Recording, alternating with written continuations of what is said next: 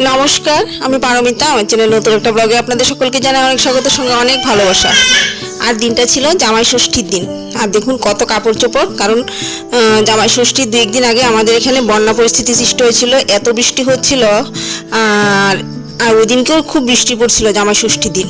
আর এই ব্লগটা আমি অনেকদিন আগেই বানিয়েছিলাম, কিন্তু আপলোড করা হয়নি।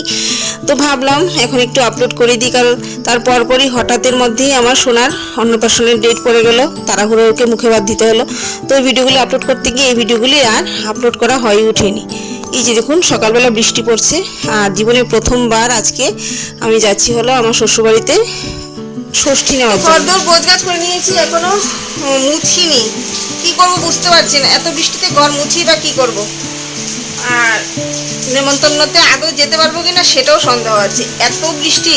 কারণ রাস্তা তো জল জমে যাবে, বৃষ্টি থামলে তো সঙ্গে সঙ্গে রাস্তার জল সরবে না। রাস্তা তো প্রায় বন্যা পরিস্থিতি সৃষ্টি হয়ে আছে, প্রচুর জল জমে গেছে রাস্তায়। কি ওর জন্য কথা বলতে পারছি না, ও শুধু ডাকছে, আমার সোনা বাবাকে শুধু ডাকছে। আর দেখেন আমার সোনার চুলগুলো দেখেন, স্পাইক কাট। এই যে দেখুন, দেখতে পেয়েছেন আমার ময়নাকে স্পাইক কাট হয়েছে। তো দেখা যাক কখন যেতে পারি, আদৌ যেতে পারি কি না পারি। এমনও হতে পারে যে তারপর আবার করে সেদ্ধ ভাত রান্না করে খেতে হলো, বৃষ্টির জন্য যেতেই পারলাম না, বুঝতে পারছি না। সে যাই হোক, যদি যাই তো আপনাদেরকে অবশ্যই সঙ্গে নিয়ে যাব। পাশে থাকুন, দেখতে থাকুন, আশা করছি ভালো লাগবে। এই যে রেডি হয়ে গেছি, চুলটাকে কোনোভাবেই বাঁধতে পারছিলাম না, দেখুন কোনো ক্রমে একটা পোটলা বেঁধেছি। এই যে গুয়াহাটি থেকে যে ড্রেসটা নিয়েছিলাম এটাই পরেছি, আর আজকে আমরা মা ছেলে কিন্তু ম্যাচিং করে নিয়েছি। ভালো লাগছে আমাকে, রেডি। আর এই যে দেখুন জামা কাপড় কি অবস্থা, আমার মনুকেও রেডি করে দিয়েছি। আর মনুর পাপা একটু পরে যাবে, আমরা এখন অটো দিয়ে চলে যাবো, উবর বুক করা হয়েছে, উবর দিয়ে চলে যাব, যেহেতু বৃষ্টি পড়ছে। আর মিঠুন পরে স্কুটি নিয়ে আসবে। এই যে দেখুন আমাদের মা ছেলে ম্যাচিং। তো রেডি হয়ে গেছি, চলুন বেরিয়ে পড়ি। আবার বৃষ্টি চলে আসছে, অলরেডি 2:15 বাজে। বেরিয়ে পড়েছি,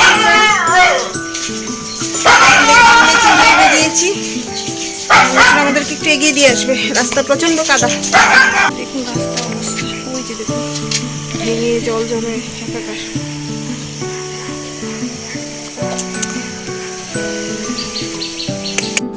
আমরা মা ছেলে অটোতে উঠে পড়েছি, আর মিঠুন যাবে হলো একটু পরে। আর জীবনে প্রথমবার ষষ্ঠী নিতে যাচ্ছি, কারণ আমাদের বাপের বাড়িতে ষষ্ঠীর কোনো নিয়ম নেই। ওই জাস্ট জামাইকে একটুখানি ভালো মন্দ খাওয়ানো, কাপড় চোপড় দেওয়া, একটু ধান দুব্য ফুটো দেওয়া, বাস এইটুকুই। আর এছাড়া হাতে যে সুতোটা বেঁধে, যেটাকে বানা বলা হয়, ওই বানা বেঁধে যে ষষ্ঠী দেওয়ার নিয়ম, এটা আমার বাপের বাড়িতে নেই। তার জন্য জীবনে কখনোই ষষ্ঠী নেওয়ার সৌভাগ্য হয়নি তো এই বছর। আর এই যে দেখুন ব্রিজ পর্যন্ত ডুবে যাচ্ছে, এতটা বৃষ্টি হয়েছে। তো যেটা বলছিলাম, তো জীবনে প্রথমবার সৌভাগ্য হয়েছে ষষ্ঠী নেওয়ার। এবার প্রথমবার শাশুড়ি মা আমাদেরকে ষষ্ঠী দেবে, তো ওইখানেই যাচ্ছি। মিঠুনেরও অনেক বছর ধরে ষষ্ঠী নেওয়া হয়নি, আজ বহু বছর পর আমরা ষষ্ঠী নেব। তার জন্যই রেডি হয়ে বেরিয়ে পড়েছি। আর এই যে পৌঁছে গেছি, আমার ননদ এসেছিল আমাদেরকে এগিয়ে নিয়ে যেতে। আর আমার ননদের কোলে গিয়ে সোনা এত কান্না করছিল, হঠাৎ করে অচেনা মুখ দেখে ভীষণ কান্না করছিল। আর বাড়িতে যাওয়ার পরও কেউই ওকে চুপ করাতে পারছিল না, খুব কান্না করছিল জানেন। এই যে ওর দাদু ঠাকুমা সবাই ওকে কোলে নিয়ে আহ্লাদ করছিল, কিন্তু ওর কান্নাই থামছিল না, খুব কান্না করছিল। আর যেহেতু প্রথমবার ষষ্ঠী নেবো, তার জন্য মনের মধ্যে আনন্দটা একটু বেশিই ছিল। কিন্তু ভিডিওটাই আপলোড করতে অনেক লেট হয়ে গেল, আপলোড করবো কি করবো না ভাবতে ভাবতে তো ভাবলাম যে ঠিক আছে আপলোড করেই দিই, দেখি আপনারা যদি ভালোবাসা দেখান। কারণ হঠাৎের মধ্যেই সোনার অন্নপ্রাশন হয়ে যাবে এটা তো ভাবতেই পারিনি। অন্নপ্রাশনের ডেট ঠিক করা হয়েছিল হলো এই জুন মাসের 27 তারিখ। তারপরে এই যে দেখুন আমার দেওরের ছেলে, আমার যা দেওর সবাই চলে এসেছে। আমার ননদের মেয়ে আগেই চলে এসেছে, ননদের জামাইও আসবে। এই যে দেখুন সবাই সোনাকে নিয়ে খেলা করছে। আর এই যে দেখুন 2 ভাই, অনেকদিন পর 2 ভাইয়ের দেখা হয়েছে। আমার ছেলে তো যদিও এসব কিছু বুঝে না, কিন্তু ওই যে আমার দেওরের ছেলে ও তো এখন বোঝে। তো ভাইকে দেখে ভীষণ খুশি ছিল। তারপর সবাই একটু একটু করে আমার সোনাকে ওই যে কোলে নিচ্ছিল, এই হলো আমার মেছো দেওর। আর অনেকটাই বেলা হয়ে গেছিল জানেন, সবাই মিঠুনের জন্য অপেক্ষা করছিল। মিঠুন নাকি বড় ছেলে, ওকে ষষ্ঠী না দিয়ে নাকি অন্য কাউকে দিতে পারবে না। তো মা সকাল থেকে নাটা খেয়ে দিয়ে বসেছিল, বারবার ওকে ফোন করছিলাম। তারপর মিঠুন আলটিমেটলি চলে গেল। আর এই যে ষষ্ঠী দেওয়া শুরু হয়ে গেছে, প্রথমেই মাথায় তেল দেওয়া হলো, তারপর চিরুনি দিয়ে আছড়ে দেওয়া হলো। আমি এই নিয়মগুলো আমার প্রথম, এই রিচুয়াল আমি কখনোই দেখিনি। এই যে তারপর এই জলটা ছিটে দেওয়া হয়।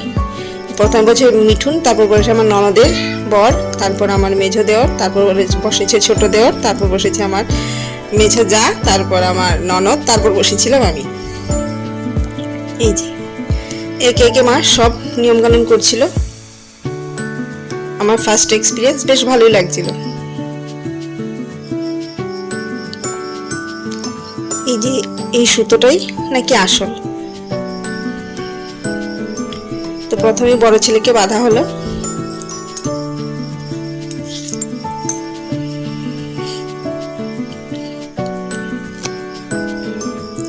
আর আমার মেয়ে তো যায়নি, আমার মেয়ের আমার কাকুদের বাড়িতে নেমন্তন্ন ছিল, কারণ ওদের বাড়িতেও ছিল জামাই ষষ্ঠী। ওরা ওদের জামাইকে ওইদিনকে ষষ্ঠী দিয়েছিল।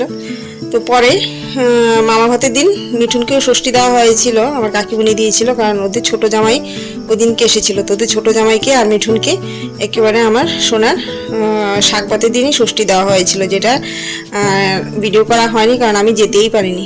তারপর এই যে ষষ্ঠী দেওয়া কমপ্লিট, তারপর দেওয়া হয়েছিল হলো একটুখানি মিষ্টি প্রসাদ এগুলো।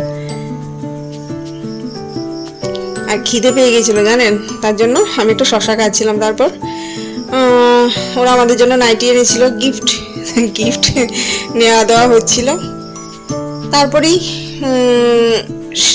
খাওয়া দাওয়া হয়েছিল। মা দুপুরবেলা মাছ, তারপর আরও অনেক কিছু রান্না টান্না করেছিল। আর যেহেতু বৃষ্টি ছিল, মাংস টাংস রান্না করা হয়নি। মাংস আমি রাত্রিবেলা রান্না করেছিলাম, যেটা আমি আপনাদেরকে পরের ব্লগে দেখাবো। আর এই যে সবাই মিলে একটু ফ্যামিলি ফটো ভিডিও নেওয়া হচ্ছিল। তো চলুন আজকের জন্য এইটুকুই। ভালো লাগলে অবশ্যই একটা লাইক করবেন, সাবস্ক্রাইব করবার পাশে থাকবেন। আর ভিডিওটা কেমন লাগলো কমেন্টসে অবশ্যই জানাবেন। এখানে যে নতুন ট্রেন্ডিং ভিডিও ওইটাই করা হচ্ছিল, আমার দেওর বলছিল এই ভিডিওটা করতে। তো আপনাদের সকলকে ভিডিওটা দেখার জন্য অসংখ্য ধন্যবাদ। আজকের জন্য